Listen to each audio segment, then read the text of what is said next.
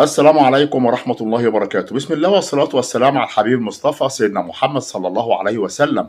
الواقعة اللي هنتكلم فيها النهاردة حصلت في العياط الصف في محافظة الجيزة.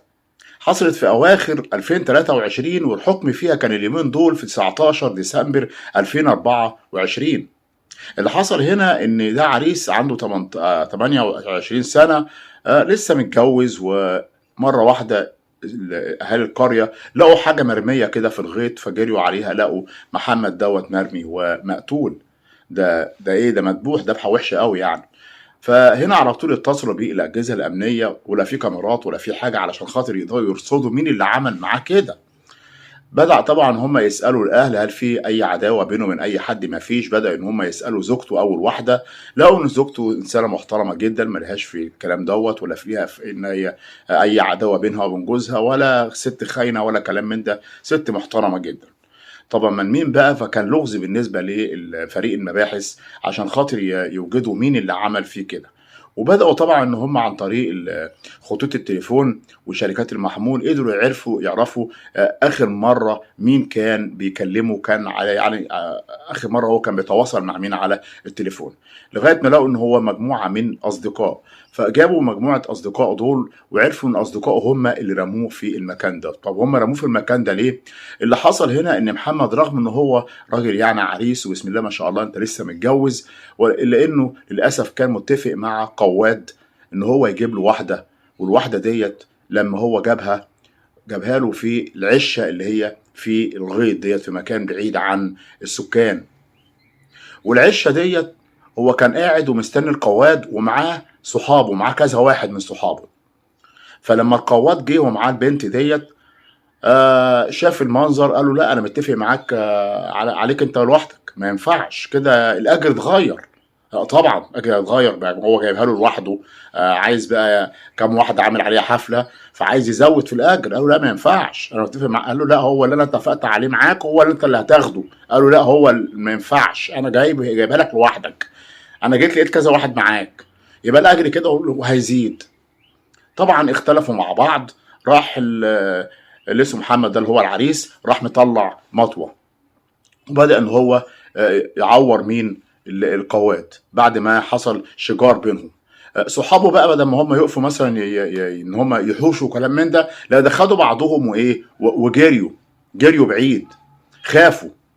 قال لك بقى ده هو هيشركنا معاه في الموضوع ده والموضوع شكله هيبقى كبير، لا يا عم يلا نجري بدل ما بيبقى فيها فضايح يقولوا احنا جينا هنا ليه وايه اللي جابنا المكان دوت وايه الست اللي معاكم دي، يلا بينا نجري. وخدوا بعضهم وايه وجريوا. ولكن هنا هم جريوا في مكان بعيد شويه وشايفين من بعيد. اللي حصل بقى هنا ان القواد بدأ ان هو يدافع كمان عن نفسه، فمسك المطوه منه، وبدل ما كانت المطوه مع العريس بقت المطوه مع القواد، وايه هنا دافع عن نفسه وراح مديله بالمطوه، نزله على طول ميت في الحال، وخد بعضه وجري. وهنا طبعا قدرت الجهات الامنيه انها لما جابت صحابه هم حكوا على اللي حصل. طب انتوا ليه ما قلتوش وليه ما بلغتوش؟ قالوا ما احنا خفنا بقى، واحنا يعني احنا خفنا ان هم يشركونا في الموضوع دوت ويقولوا ان احنا كنا هنا ليه ونتفضح في القريه كلها. طيب انتوا اللي جبتوه هنا؟ قالوا احنا اللي جبناه هنا اهوت، على اساس يعني احنا خفنا ان يتكشف امرنا. وطبعا هنا تم القبض على مين بقى؟ على القواد. وكانت المحاكمه طبعا كان بيحاول المحامي او فريق المحاماه ان هم يعني يخففوا الحكم عليه، على اساس ان هو ما كانش رايح علشان خاطر يقتل. هو الراجل مش قاصد ان هو يقتل ولا كان معاه سلاح، ده هو كان بيدافع عن نفسه. يعني القتل هنا مش ما فيهوش مش ترصد وفيه ان هو يعني خلاص عايز يموته، ده هو بيدافع عن نفسه. ولكن رغم كده طبعا هيئه المحكمه كان ليها راي تاني اتحكم عليه بالسجن المؤبد. وطبعا لسه في بعد كده استئناف، والله اعلم في الاستئناف ممكن يتخفف الحكم عنه ولا لا. وادي اخره الحرام. هم كانوا رايحين عشان خاطر يقضوا ليله حمراء، ولكن الليله الحمراء اتقلبت عليهم ليله سوداء عليهم وعلى اللي جابوهم كلهم. هم يعني هم طبعا ما حصلش معاهم ان هم اتسجنوا ولا حاجه، ولكن اللي اتسجن بس هو الايه القواد.